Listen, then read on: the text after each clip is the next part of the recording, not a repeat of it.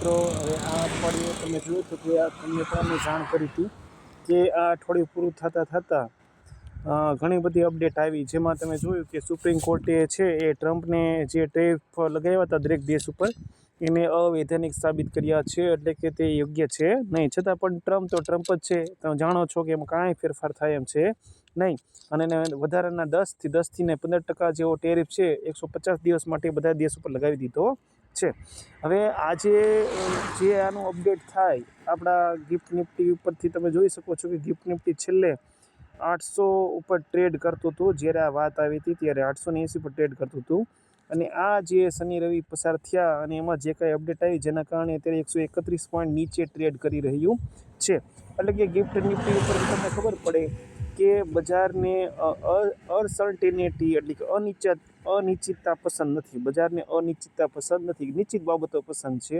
જે વસ્તુ નિશ્ચિત હોય તે પસંદ છે, નિશ્ચિત ના હોય તો પસંદ નથી. તો તમે જોઈ શકો છો કે 150 પોઈન્ટનું અહીં નુકસાન જોવા મળે છે. હવે આજે જે આપણે કામ કરવાનું છે એમાં નિફ્ટી 50 છે તો એની મંગળવારે એક્સપાયરી છે. હવે મંગળવારે એક્સપાયરી છે તો એના માટે બે ઓપ્શન મેં તમારા માટે પસંદ કર્યા છે. જેમાંનું જો આપણે એવું માનીએ કે કદાચ માર્કેટ ફ્લેટ ખુલશે અને ઉપર વ્યૂ જશે તો અહીંયા તમારે જે આ 43 રૂપિયાવાળી જે કોલ છે 24 ફેબ્રુઆરીની 25,800 વાળી 43 વાળી જે આ કોલ છે એ આજે તમારે એને 20 રૂપિયે લેવાની ટ્રાય કરવાની છે. 20 રૂપિયે તમને મળે એની ટ્રાય કરવાની છે, અને 20 રૂપિયે ન મળતી હોય તો લેવાની નથી. આ પણ તમે યાદ રાખજો, કેમ કે હવે સોમ ને મંગળ છે ને થોડાક જોખમી ટ્રેડ થશે. જો તમારે જોખમ લેવું હોય તો જ ટ્રેડિંગ કરજો, કેમ કે બજાર ઉપર આની પોઝિટિવ ને નેગેટિવ બે અસર જોવા મળશે. તો કેટલા લોકો પોઝિટિવ લઈને ચાલે છે, કેટલા નેગેટિવ લઈને ચાલે છે એ તમારે જોવું પડશે. તો જો આ 25,800 વાળી જે કોલ છે 20 રૂપિયે મળે તો જ લેવાની છે. ત્યાર પછી જો એમ માનીએ કે બજાર નીચે જતું રહેશે તો તમારે પુટ સાઈડ તમારે 25,500 વાળી જે આ કોલ છે એને ધ્યાનમાં લેવાની છે. જે 92 રૂપિયે હતી, પરંતુ આ 92 ને બદલે તમારે 40 રૂપિયે લેવાની છે. ક્યાં લેવાની છે? 40 રૂપિયે.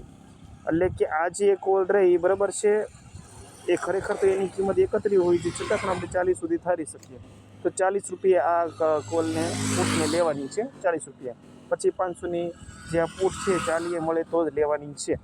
તો સીધો હિસાબ છે, જો 25,800 વાળી જે કોલ છે એ 20 રૂપિયે મળે તો લેવાની છે, અને 25,500 વાળી જે છે પુટ એ તમારે 40 મળે તો લેવાની છે. આ બાબત ખાસ ધ્યાનમાં લેજો. એ સિવાય બીજા કોઈ પણ આને ટચિંગ કરવાનું છે નહીં, કેમ કે 2 દિવસ જોખમી ટ્રેડ રહેશે, કેમ કે જ્યાં સુધી કોઈ સ્પષ્ટતા ન થઈ જાય ત્યાં સુધી. આ રીતે આજે કામ કરવાનું છે. એ સિવાય આ તમને ખબર છે કે એક્સપાયરી ખાલી આ ઇન્ડેક્સની જ નથી, નિફ્ટી 50 નથી, પરંતુ એક્સપાયરી મંથલી પણ છે. 24 તારીખ છે મંથલી એક્સપાયરી પણ છે. તો જે નાના મોટા સ્ટોક છે જે ખૂબ વોલેટાઇલ રહેતા હોય, જેમ કે જો વોડાફોનનો જે સ્ટોક છે ખૂબ વોલેટાઇલ હોય, તો ક્યારેક ઉપર હોય ક્યારેક નીચે હોય, તો વોલેટાઇલ સ્ટોક હોય એને આપણે એક્સપાયરી પર ધ્યાનમાં લેવા જોઈએ. તો એની અંદરનું તમને એક કોલ ને પુટ તમને હું આપું તો તમે જોઈ લો કે 11 છે 11, તો અહીંયા 11ની તમે અહીંયા પુટ લઈ લો જે 0.08 ઉપર તમને મળે છે. હવે આવી પ્રાઇસ એટલા માટે જોવા મળે છે કે તમે જોઈ શકો છો કે જો આને આપણે જુઓ ને તો તમારે 71,475 સ્ટોક તમને અહીંયા મળે છે, બરાબર. 71,455 71,455 જે છે એ તમને અહીંયા મળે છે, બરાબર છે.